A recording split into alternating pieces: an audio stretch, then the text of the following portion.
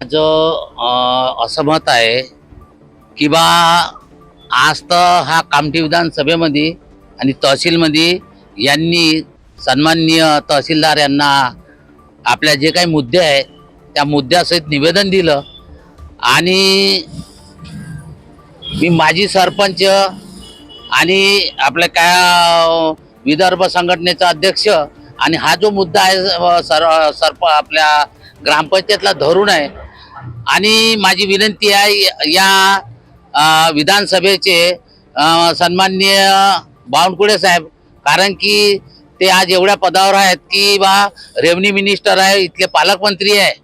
मी यांच्या वतीनं त्यांना विनंती करीन जे काही याचे मुद्दे आहे यांना ताबडतोब सोडवून शासनाकडून सोडवून देण्यात यावे की जेणेकरून याच्या ज्या काही अडीअडचणी आहे आणि त्याची कुटुंबदारी कशी चालेल याकडे विशेष लक्ष मी त्याचं केंद्रित करीन. धन्यवाद. म्हणजे याचे काही जे काही पेमेंट वाढलेले आहे आणि हे जे मजदूर गावामध्ये चालवतात त्यांचे सुद्धा आज 4-5 महिने झाले आहे, त्यांचे सुद्धा पेमेंट नाही झाले आहे. आज त्याचे पेमेंट नाही झाले, याचे सुद्धा पेमेंट नाही झाले आहे. पेमेंटमध्ये वाढ सुद्धा सरकारनंच केली आहे आणि मी बी त्या सरकारचा जे म्हणजे कार्यकर्ता आहे भाजपचा, या दृष्टिकोनातून मी आपल्या चॅनल मार्फत सन्माननीय बावनकुळे साहेबांना विनंती करतो की याचे जे काही प्रश्न आहे ताबडतोब या अधिवेशनामध्ये निकाली लावावं एवढीच मी विनंती करणार आहे. धन्यवाद. माझं नाव रामगोपाल ढोबळे आहे. मी कामठी तालुक्याचं ग्राम रोजगार सेवकांचं अध्यक्षपद माझ्याकडे आहे.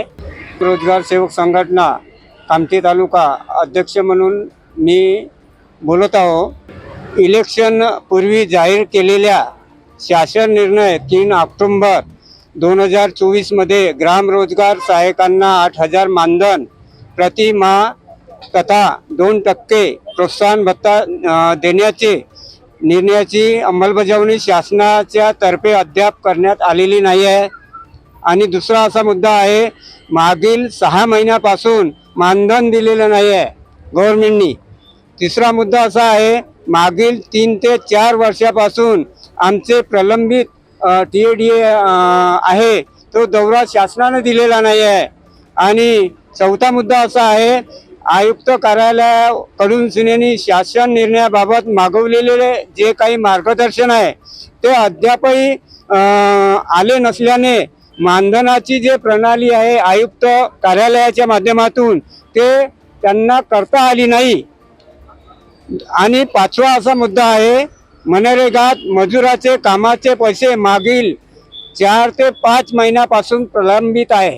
हे मुद्दे अगोदर या कामठी विधानसभेचे सन्माननीय महसूल मंत्री चंद्रशेखरजी बावनकुळे साहेब यांना मी वडोदा येथे या अगोदर मी डेप्युटेशन दिलेलं आहे या 1 महिन्याच्या अगोदर.